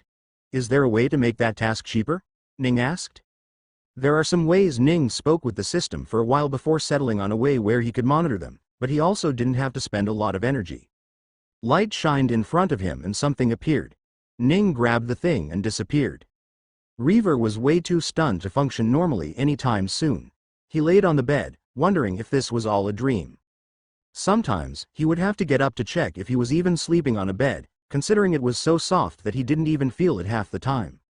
Lisa had gone to the bathroom to freshen up, so he was stuck alone with his own thought. He looked at the brilliantly white ceiling with patterns that he didn't know could even be made by people. He was just a village boy who excitedly left the village to go study in the tower and was rejected. He struggled to even survive with the bare money he was able to gather after those days. He didn't want to return to the village as a failure, not that he had anything left for him there at all. His parents had died to the attack of the beasts, along with many other of his friends and neighbors. He remembered the times when he felt like everything was going downhill. The rejection, the lack of money to even feed himself, the feeling of being a lost cause to the society. There were times when he had contemplated suicide. There was a time when he nearly went forward with that thought. It was only when the boss found him in the streets and offered him work in his store that he was able to get back on his feet. It was thanks to the boss that he met Lisa there as well and fell in love with her. He had just expected to live a normal life with his normal wife who was simply self-conscious of her hair. What a stupid thought that was. To think that he was now suddenly the prince consort to the only royal princess with a claim to the throne. In just a single day, his world had turned upside down, and he was unsure if it was all even a dream or real life. "I'm going to go mad if I don't talk to someone about this," he said to himself. "Well, then you can talk with me," someone spoke from in front of him. Reaver immediately got up from the bed and saw Ning standing up in the middle of the room. Brother Ning, how did you get in here?" Reaver asked. "I snuck in here," Ning said. "Oh no, this is the royal palace. You need to leave before they find out you are trespassing, especially to a princess's quarters." "I know, I will leave as soon as I'm done with what I came here to do," he said. "Go bring your wife. It's a very important matter that concerns her too." Lisa and Reaver were sitting on the bed, curiously waiting for Ning to explain why he had done something so dangerous just to get to them. "Right, so here's the thing," Ning said. "I have already been kicked out of the palace." "What? Why?" Lisa asked in a loud voice. "Well, the old man, what was his name? Tim. He said that I am not worthy of being a princess's bodyguard. So, he offered me some rewards and sent me on my way." "He can't do that. I employed you," Lisa said. "Well, apparently not when it comes to security. You don't seem to have a say on who guards you," Ning said. Lisa didn't say anything. She too knew that this was true, and also for the better. The guards, maids, and servants that worked in the royal family had to go through an extensive background check to make sure they aren't a threat to the royal family. So, someone like Ning, who was brought in by them, would not be able to stay around at all. "What if I tell them about your skills? Maybe they will let you stay," Lisa said. Then she thought of something and asked, "Do you even want to stay? You want to wander the world, right?" "It's fine. I want to stay, or at least protect you guys until the throne is passed to one of you three," Ning said. "Although, I'm curious. Will they even pass the throne to a girl? Be honest, your father doesn't exactly seem like the person who cares a lot about women, or you wouldn't marry 10 of them. I'm not saying he's sexist or anything, just that he might favor a son more than a daughter," Ning said. Lisa stayed quiet as she gathered her thoughts and said, "I don't know if he would choose me. We don't exactly have a close relationship. Actually, none of us do.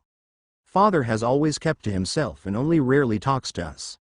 Mother said he used to be a happier person, but, apparently, he changed after grandfather's death," Lisa said with a sad face. "Grandfather? Do you mean Emperor Kron? The man that fended off the beast?" Ning asked. "Yes. Grandfather died of the injury he sustained in battle, and for some reason that changed father," Lisa said. Ning listened to her speak and nodded. "What's the age difference between you and your other 2 brothers who inherited the hair?" Ning asked. "Age difference? The second brother is 4 years older than me, and 5th brother is just 10 weeks younger than me," Lisa said. Given this world's date system, that's a small enough gap that giving up the throne based off on who is older wouldn't really make sense," Ning thought. "Brother Ning, you took such danger just to come to ask some questions?" Reaver asked with a confused face. "Alright, I got distracted. Sorry," Ning said. "So, as I said, I was let go from the palace, so I can't be around you guys to protect you. Thus, I have come to give you something that will protect the 2 of you even without me," Ning said as he brought out something from his storage. He brought out 2 rings, both made up of gold and had a small, white diamond at the center. The ring looked quite expensive, given the materials it was made out of. "Here, wear this from now on. This is your wedding ring starting today," Ning said. The 2 of them took the rings and looked at them. "Brother Ning, is this real diamond?" Reaver asked. "Of course," Ning said. "Oh my god, Aren't they near impossible to make? How did you make these? Reaver asked. Make? Ning was surprised that that was the first thing Reaver's head went to. Right, he thinks I invoked this. Don't worry about how I acquired it. Just wear it from now on, Ning said. Okay, Reaver said and wore the ring on his middle finger. Lisa did the same as well. Can you guys swap those to your ring fingers? People need to think that's your wedding ring, okay? Ning said. Okay, they said with a weird face and swapped their rings around. What's so special about these rings, Brother Ning? Reaver asked as he admired it closely. These rings are going to protect you, while I am not around, Ning said with a smug face. He was proud of what he had come up with along with the system. These rings will protect us? How? Reaver asked. Lisa looked at him curiously as well. Listen up and be amazed, Ning said. When you are ever in danger, the gem on the ring will change color to let you know. If there is someone within a 10-meter radius of you, the diamond will turn red. If someone is using ether arts within a 15-meter radius of you, the diamond will turn blue if they are invoking, or green if they are enchanting. If someone is using a firearm, or any ranged attack on you, the diamond will turn bright orange. If you are in the presence of poison, the ring will turn purple. The ring will also pulse on your finger to let you know something is happening, so you can see it. It will also pulse fast to let you know if either of you is in danger. I will also know if either of your rings changes colors or pulses. And most important of all, whenever you are in danger, actual physical danger, the rings will create a physical barrier around you and make you invisible. If that happens, just keep quiet and hide. Ning finished speaking. He waited for them to speak, but both of the husband and wife remained dumbfounded, with no words coming out of their mouth. Finally, Reaver asked, Brother Ning, are you pulling our legs? There is no way these rings can possibly do so many things at once. Ning scratched his head and said, It's that hard to believe, huh? Here, let me show you. Ning brought out a gun from his storage and pointed towards Reaver. What? Bang! Ning shot without hesitation. Lisa cried out when she saw her husband get shot point blank, but when she realized that the bullet never touched him, she was surprised. It's the same thing from back in the train, Lisa muttered under her breath, but Ning managed to hear it. Yeah, it's a barrier. See, it works, Ning said and saw the shaking Reaver. Sorry about that. I probably should have given notice. Dear Alexis, save me, Reaver prayed. Please don't do that again, Brother Ning. I was about to have a heart attack. Yes, sorry, Ning said. Right, so you know it works. Just keep the ring on your fingers at all times, and never ignore the pulses. They will save your life. If this works, then it is really amazing, Ning, Lisa said. How were you able to even invoke such a complicated item? Can you just ignore that part? It's a trade secret, I guess, Ning said. All right, I will leave for now. See you guys later. Ning walked out of the room and disappeared, leaving Lisa and Reaver to remain amazed at the rings he had just left them. He reappeared back in his hotel and laid on his bed, thinking of the next step in what he would have to do. Let's go see if they are having some enrollment right now, Ning thought and walked out. He wandered the street of the capital, eating delicious food on the way, enjoying a carefree life. He visited different stores and bought many things that he may or may not need, but still wanted.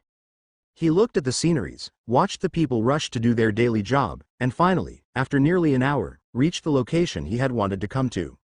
The Ether Tower. A 3-meter-tall wall surrounded what was one of the largest buildings he had seen in his entire lifetime. The Ether Tower was made up of some sort of shiny purple rock on the outside. It was a cylindrical-shaped building with a slightly larger middle portion and a smaller top portion. It looked slightly oval in shape but clearly wasn't. Even the very base of the tower was at least 100 meters in diameter. Whoa, it looks so much bigger in person, Ning thought. There were guards at the gate with people going in and out of the place. Ning walked up to the gate and asked, Hello brother, do you know if the tower is accepting students anytime soon? Yes, the preliminary test is going on right now, the guard said. Ning said with a surprised face. There's one right now? Yes, it will go on for maybe another 2 hours. Once done, there won't be one for another 10 weeks, the guard said. Huh? Ning was stunned. But I haven't prepared or anything. Oh no, what should I do? Can I go and take the test right now? He asked. Yes, if you pass the criteria, they will test you, the guard said. Criteria? What criteria? Ning asked. You have to be no older than 40 years. That is the criteria, the guard said. 40 years? Ning asked. I should be younger than that, right? Ning didn't know how old he was considered to be. He didn't have a soul to be tested, so they could only test the body. However, since the body was newly made, and he had only used it a few times even over the last many years when he was in seclusion. Yes, I am younger. May I go in? He asked. Sure, the guard said and showed him the way. Ning thanked the guard and walked into the compound. Inside the gate, he saw a long line of people queuing up for something. That's the test, right? He thought and went there. He made sure to ask a person in the queue if this was the line for the test, lest he accidentally became a teacher another time. Unlike last time, he didn't have much knowledge of ether arts to even be good as a teacher. Ning waited for his turn, which took nearly an hour to arrive. When it finally did, the line had moved into the open ground floor of the ether tower. In front of him were two tables side by side with two different items on them. One of them was a crystal ball that he had seen before, and the other one was a solid metal block with a meter on it. Ning didn't know what it was, but he walked up to it. Place your palm on the metal, the person in charge of that table said. Ning nodded and placed his palm directly on top of the metal plate. He waited for a bit and the meter gave a reading. 22. Something is wrong, the person who read the meter said. What's 22? Ning asked. It's supposed to be your age, but you are too old to just be 22, the person said. Is something wrong with your machine? I'm 36 years old already. Ning lied without a single change in his facial expression. On the inside, however, his heart was beating really fast. Damn, I haven't been out for long in this body, huh? 22 years is what? 9 normal years? He thought. The person did something and asked Ning to replace his hands. However, the number still said 22. Do you have an identity card on you? The person asked. Yes, Ning said and quickly asked the system to make one for this country. He handed it to the person, who read it and gave him a pass. Ning then walked onto the next table where he greeted the next person in charge. Place your hand on the sphere, the man said unenthusiastically. Ning nodded and placed his hands on the murky, purple crystal as he waited for something to happen. The murky shadows in the sphere moved away to reveal brilliant white light that shined so bright that Ning had to block it with his hands. The shine he had produced was far, far brighter than the young child he had seen a few days ago back in the City of Beginnings. The person in charge of the sphere cried out in shock. CC, call the teachers, he shouted. The person who was in charge of age suddenly ran from his place and went somewhere. Please stay on the side for a moment. The man had lost all boredom and unenthusiasm after he saw the bright light. I wonder what made that happen. My fully acclimated body or my automatic absorption technique, Ning thought. The people in line were also surprised and looked at Ning in awe. They weren't even mad that their turn wasn't coming at all as they all waited to see what was going to happen next. A man in his 50s arrived, brought by the man who was sent to get him. The old man was about as tall as Ning but had a chubbier body. He had a circular face with a bald head and gray beard. He wore a black scholarly robe with white pants and had a shawl around his shoulders. He wore gold-rimmed spectacles with a golden chain attached to them in case they fell from his eyes. The man arrived next to Ning and looked at him. Are you the one who just tested? He asked. Yes, Ning replied, wondering who he was talking to. Can you place your hands on that sphere once more? He asked. Sure, Ning said and placed it back. The same phenomenon rose once more as a stark white light appeared from inside the sphere. My God, just potential, the old man muttered under his breath. May I know your name, young man? He asked. I am Ning Ruigam, Ning introduced himself. Ning? What an unusual name, the old man said. Young man Ning, I am called Elric Ringer. I am the vice president of the Xandria Ether Tower. Oh, Ning said, understanding that this person was likely very important. Nice to meet you, vice president. Where are you from, young man? To think we missed such talent before, the vice president said. I am not from around here. I come from a village in the north, around the desert, Ning said. It was only in recent years that I came up south. I see, no wonder we didn't find you. We should start sending more willing teachers to go find talents down in the north, the old man said. This test. I passed it right? Ning asked. Yes, my child. With flying colors, the vice president said. Ah, nice. So I am eligible for the next test too, right? He asked. You don't need to worry about the next test. You are exempt from taking the next test. We can directly enroll you right now, the vice president said. Oh, are you sure? Won't that be against the tower rule or something? Ning asked. No way. No one is going to contradict me, especially when I am trying to enroll a student with such high potential, the vice president said. Oh, all right then. Thank you, Ning said. The vice president Ringer turned to the person he had come with and said, take him to the office and ask the teacher there to enroll him, okay? Yes, vice president, the man nodded. Where are you staying, my child? The vice president asked. In a hotel, in the commercial district, Ning said. In a hotel? That's so bad. You can move to the dorm in the tower right now if you want to, the vice president said. No, it's fine. I want to experience living in the city for a while, Ning said. If you say so, the vice president said. Remember, you can always just join here if you ever want to. I will keep that in mind. Thank you, vice president, Ning said. All right, go get yourself enrolled, the vice president said. He then brought out a piece of paper from his storage and wrote something on it. Where you are enrolling, just hand this paper to the teacher, okay? He said. I will need to return back to work, but I will see you later.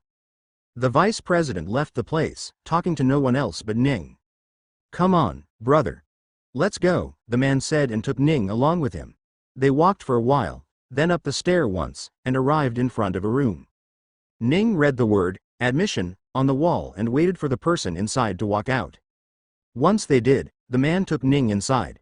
Teacher, I have someone for you to admit to the tower, the man said. Oh, but it isn't the time to, right? The teacher inside said. It was a female teacher who wore a similar cloth to the vice president, just modeled in a way to make it more feminine. It's the vice president's order, the man said. Oh, the teacher finally looked away and towards Ning. You are getting special treatment, boy.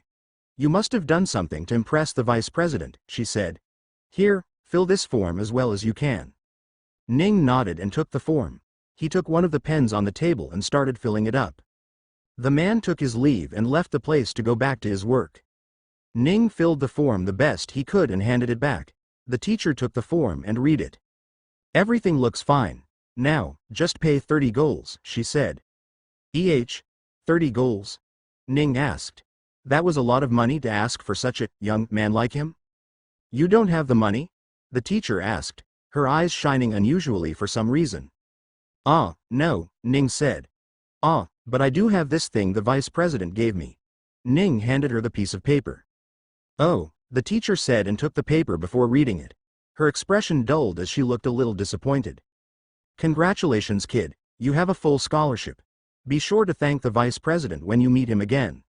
Ning walked out of the tower. He couldn't believe how easily he had gotten enrolled there. 3 weeks later, he thought as he remembered what the teacher in the finance room had said. 2 weeks later, there was the second test, which Ning didn't know anything about. Once the people that passed here, passed there too, they could finally be enrolled. The sun was high in the sky. It had been so long since he had woken up, so many things had happened, and yet it was still only half a day. I'm not going to get used to this anytime soon, am I? Ning thought.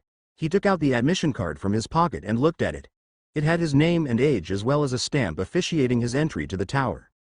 It looked more like an identity card for an employee, rather than a student. That was what sects were too, weren't they? Just a business with the face of a school. Maybe this is the same, Ning thought.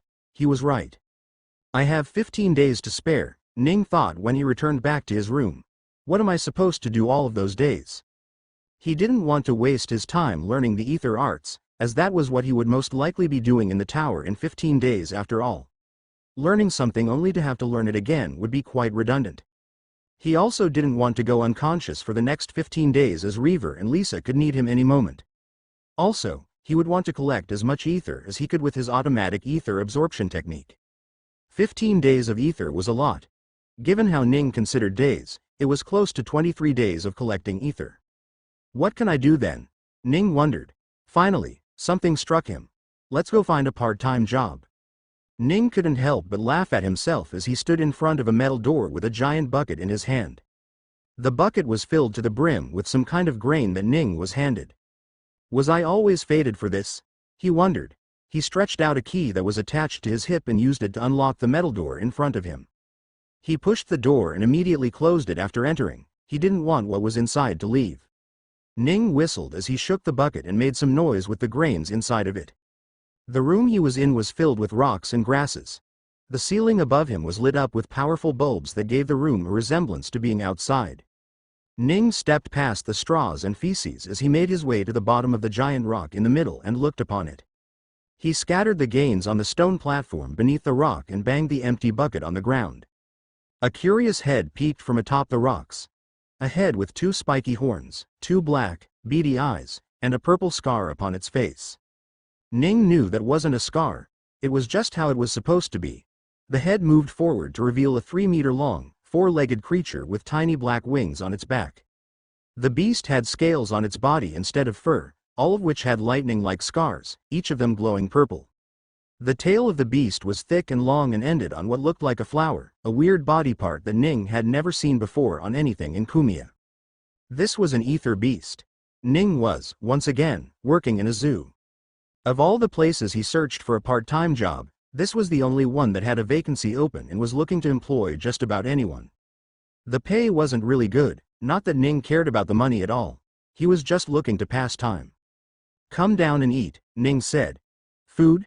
the beast asked. Ning didn't know the classification for ether beasts. He didn't even know if there was one. All he knew was this was one of the less intelligent beasts. It was just about as intelligent as a house dog could be, which wasn't to say that house dogs had bad intelligence. It was just that the beasts he had been around before this could hold up a conversation with him, while this one could not. The deer-like beast jumped down from atop the 5-meter-tall rock, slowing down its fall by flapping its wings as fast as it could, failing to make an impact on its speed. It fell onto the ground with a bang, but it suffered no harm at all. Ning pet the beast as it got down to eat the grains. "Eat, eat. No one will steal these from you," Ning told the beast. The beast perfectly understood Ning. It wasn't sure why. It didn't care either. Ning waited for it to finish eating and watched the beast go to the small water fountain at the corner of the room to drink. Ning took out a watch from his pocket and looked at the time. It was 12 o'clock in the morning. The zoo was going to open now. Ning left the room and walked outside before locking the door once again. "How do you do it?" a man suddenly asked outside. He had been watching Ning pet and feed the beast, something everyone had been unable to do. The last zookeeper had left for this exact reason. The beast kept threatening to attack him, instead of actually eating what it was given. "I have always been good with beasts. I think I give off a harmless vibes," Ning said. "Well, whatever it is, we're glad that it's working, thank you," the man said. "Anyway, the zoo is going to open now. You should go take a small break and get back to work."